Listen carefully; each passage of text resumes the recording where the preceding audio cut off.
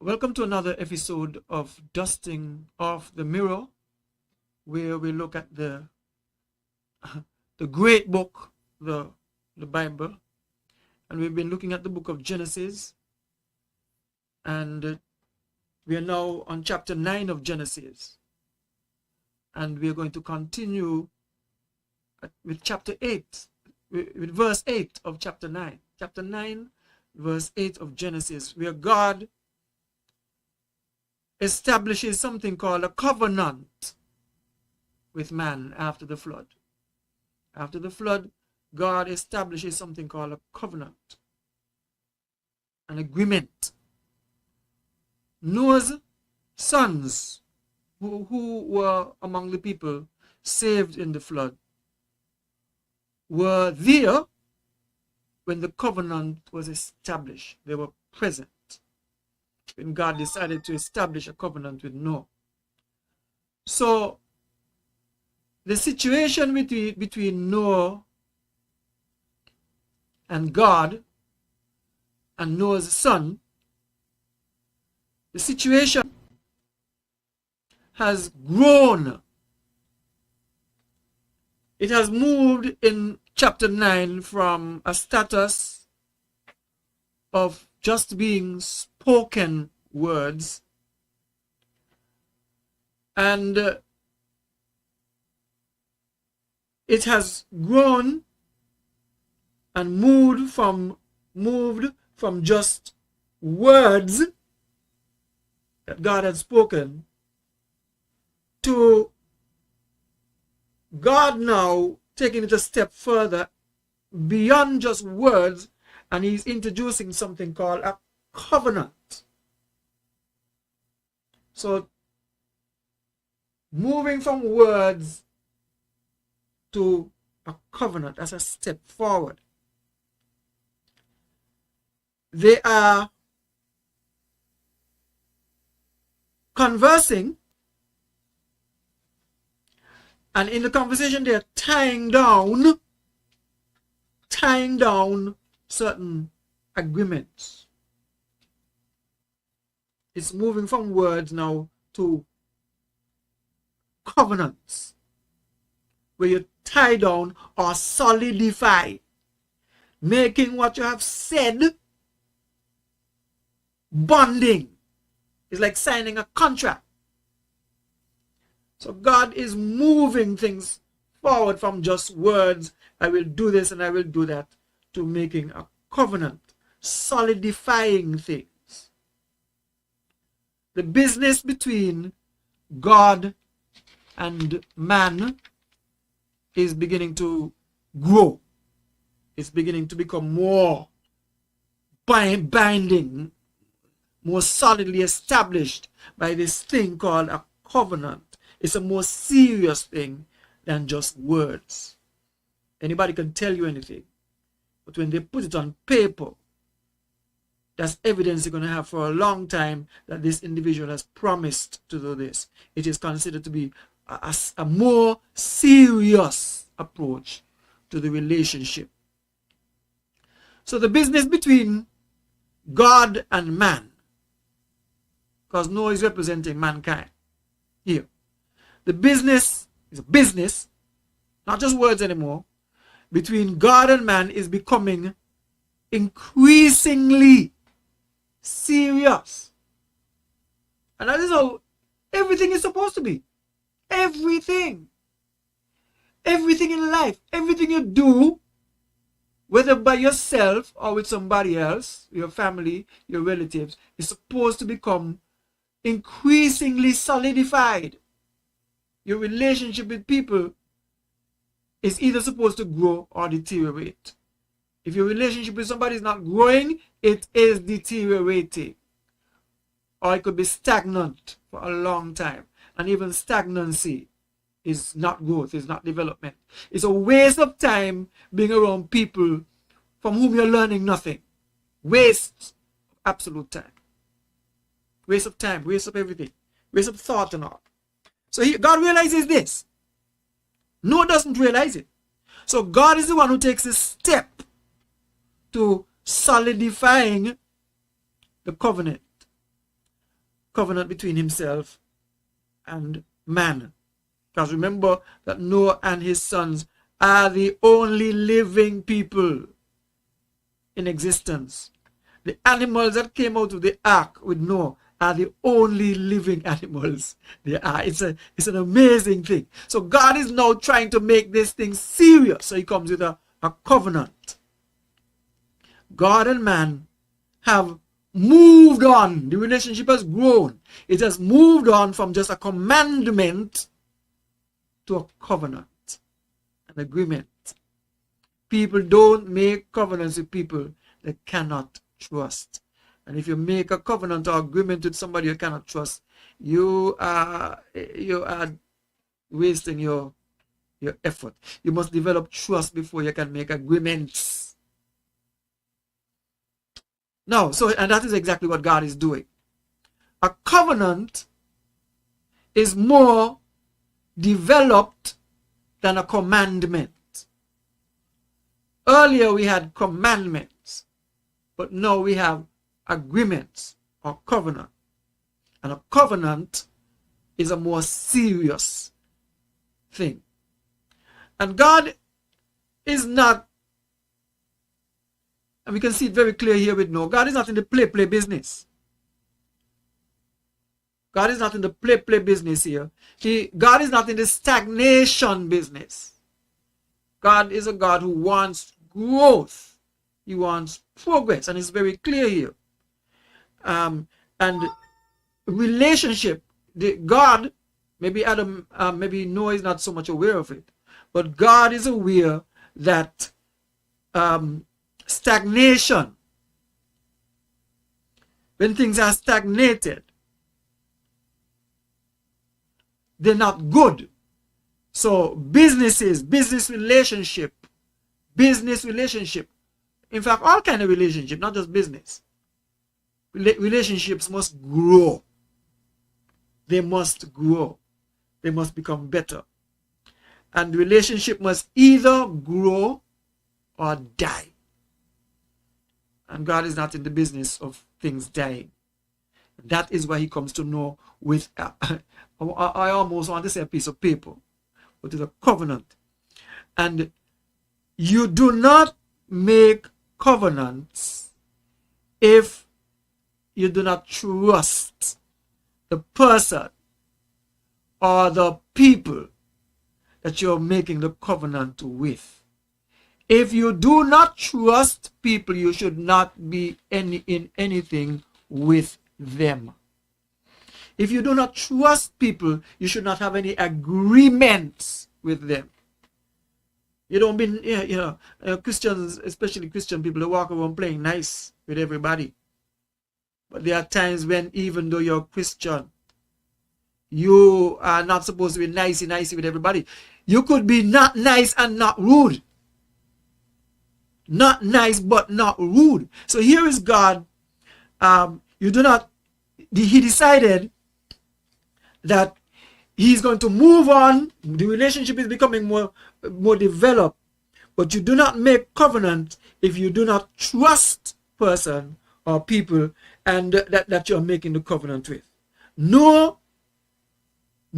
and all his sons had already seen, had already experienced, had already felt what God can do. There wasn't an ark. They were in the ark for a long time. Every animal except that the ones that were in the ark was dead. Every human being who was not in the ark was dead. They knew because they had seen what God is capable of doing. Not just with man, but the earth, with the sky, with the heavens, with everything. Everything was topsy-turvy. And here is this person who is capable of doing this, coming to me and making a covenant with me, an agreement, asking me to agree to something that this powerful being is capable of doing. They have seen, Noah and his son had seen what he has done, already done, and what he is capable of doing. And he's capable of doing a whole lot. Okay, they have absolutely no doubt. Noah and his sons have absolutely no doubt that God will do what he says he is going to do, because they saw him do it. He told them he was going to set a flood. He told them to build an ark, and everything he said happened exactly as he said that it would. And they saw it. They saw it. He did exactly. He drowned. He said he was going to drown all other animals and bad, disobedient people on earth. And he did it. So Noah and his sons knew that this person coming to make the covenant with them was not playing. He was not joking. He comes to make a covenant, but he is not a joker about what he said he's going to do. They had seen it. They had witnessed it for themselves, and they had survived it. So when he came with his covenant, they knew that he was not a player. They had witnessed with their own eyes what he could do. So they knew from experience that God will do what he said he was going to do. They knew, Noah and his sons knew that it is a sign that to sign a covenant, they knew that to sign a covenant was a very serious thing, and they decided that they're going to sign any covenant that God I would do the same thing too. I would do the same thing too. You know, they decided whatever covenant you bring, I'm going to sign it, because they see what he could do. But God is putting his confidence in Noah, and God is putting his confidence in his sons too, because Noah has proven that he will do what God said that he should do. Noah, so God has proven that he said he was going, he's going to do what he said he's going to do.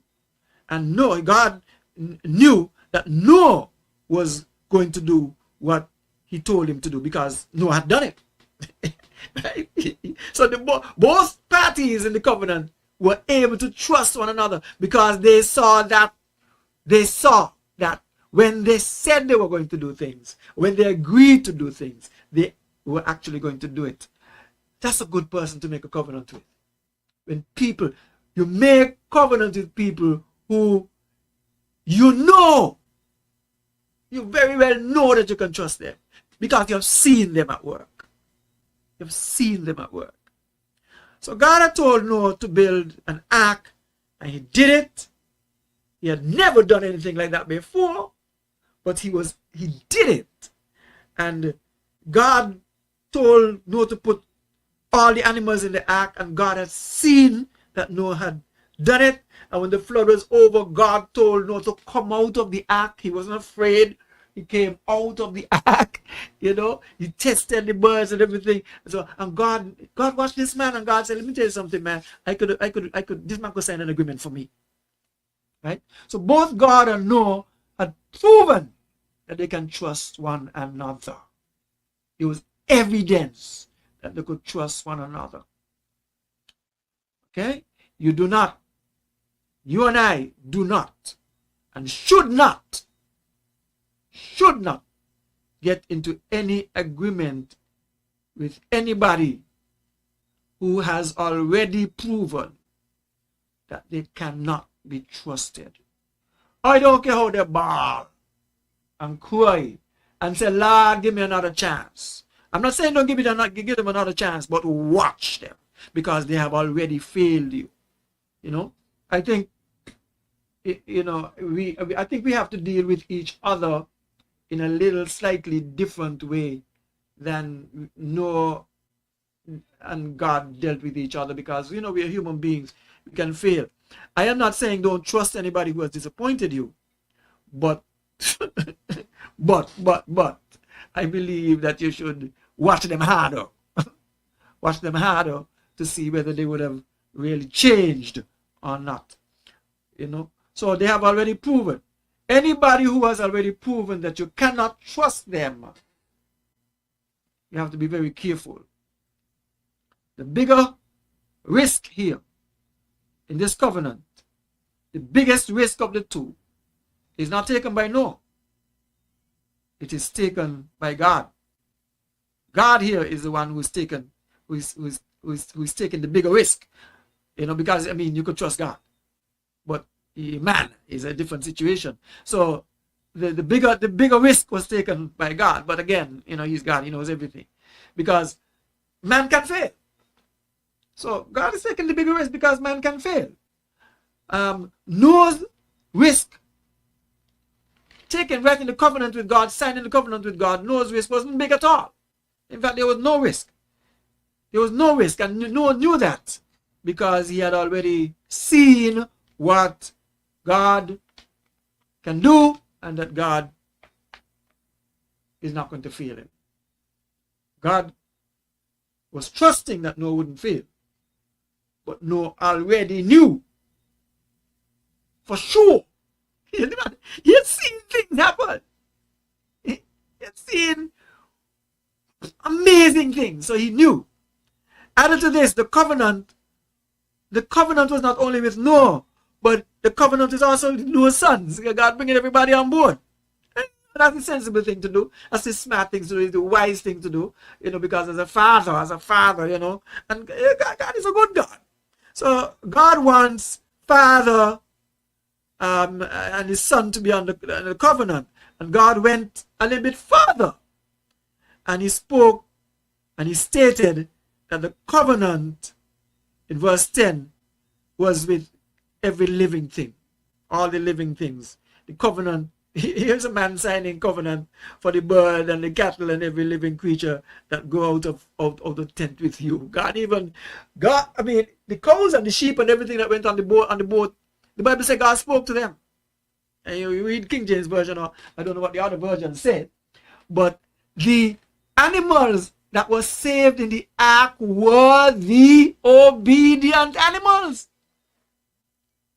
The animals that did not go to the ark and drowned were the disobedient animals. So God was making a covenant with disobedient men. God was making a covenant with obedient men, Noah and his sons, and God was making covenant with obedient animals too. The animals were saved, but the animals, Noah didn't go for them and bring them, They came. Even the birds came. Every animal had survived. I don't know whether dragons and so on were alive. I have no clue. Maybe the bad animals were alive at that time too. But they make it. The animals that made it were the ones who probably heard in some animal language that the flood was coming. And they made a beeline for the ark, and they were the ones who were saved. So the covenant was also, it's amazing, the covenant was also between birds and cattle and every living thing that got out of the ark, that came out of the ark because they went in. But knowing man, the covenant was limited to what God will and will not do. God is not stupid. He limited the covenant to what he will do and what he will not do. Not man. You can't trust man that much. But you can trust him that he will do. So the covenant was limited to what he was going to do because he knows who man is. So he said, God said, this is what I'm going to do. God said, the covenant, I will never again use water to punish man. And he said that in verse 11. He did not say that he won't punish man again. He said, if or when man is to be punished again, I am not using water. Another flood will not destroy the earth. God left his punishment options open. He did not tell them what punishment he was going to use next. He said, I ain't using water again. He ain't said, I ain't going to use fire. He left his options open. So wise man, wise God, sensible God. Don't play.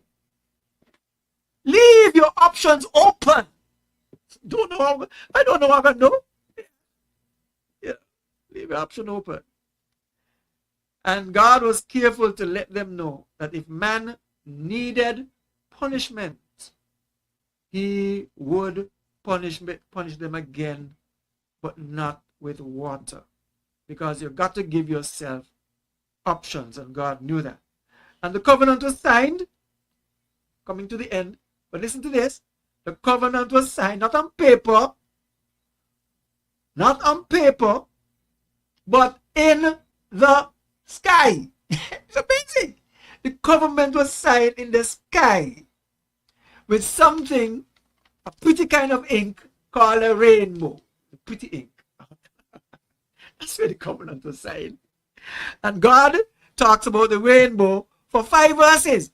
In 5 verses, God talks about the rainbow. From verse 13 to verse 17, God says, he's talking about the rainbow. And he tells Noah where the rainbow is going to be. He told Noah the rainbow, the signed ink that I'm signing the covenant with, it ain't going to be on the paper. It's going to be up in the sky. Yeah, nobody could go and find it. It's up in the sky. Right? Verse 14. In the clouds. The rainbow is in the clouds. Rain and clouds go together. Anytime you see rainbow in the sky, you know that rain is somewhere. Right? So, and then, this rain thing is a key factor in the whole thing. Noah and his son knew. They knew this because they had seen what rain can do. Rain comes from the clouds. The rainbow is up in the clouds. And when you see clouds, remember the rain that can come down in the world, flood the world. But God put a rainbow God placed a rainbow in the destructive clouds. Clouds that can be destructive, where the destruction came from. Out of the clouds, that's where the rain came from. And he put 2 things together in the sky for Noah and his sons to see and to be reminded visually. I'm almost finished. Visually reminded. If the rainbow was not in the clouds, when they looked up, every time they looked up at the clouds, they remembered the destruction. That's where the covenant is. Look up. Look at the clouds. Remember what happened. But when they see the rainbow, it's not destruction this time. It's a covenant. When they see the rainbow, they knew that the destructive clouds were under God's control. They see the rainbow. They remember that those clouds that destroy the world are in God's control. You know, friends, we all of us need to focus on our rainbows. No matter how bad things seem to be, look for your rainbow. Choose to look for the rainbow. All of us have our rainbows. All of us have our potentially destructive clouds. All of us, I'm going to say it again, all of us have our clouds that could destroy us. But let us look up at the rainbow. Look for the rainbow. They are always there. All of us have these clouds that could destroy us, but never fail to see the rainbow along with your clouds. Please, all of us, let's look look like Noah and his sons for the rainbow. Not just the rain. The sun will shine again. But if you do not look for the rainbow, you're not going to see it. You have to hold your head up to see the rainbow. The clouds can be destructive, of course. We know the clouds destroy you. The clouds can be destructive with its rain. But let us learn to look beyond the destruction and the potential destructiveness of the cloud and focus on the hope and the life that comes to our minds through the hope and the life that the rainbow represents. The clouds can be destructive. We walk with destruction every day. But look for the rainbow. Look for the covenant of the rainbow. And you will sleep well. I trust that you got something from this great book for life, for your life. And I hope you would have a very pleasant balance of the week and month, and I dare say the year, because even though the clouds are there, and clouds are destructive, they carry destructive stuff, the rainbow is there too. Peace.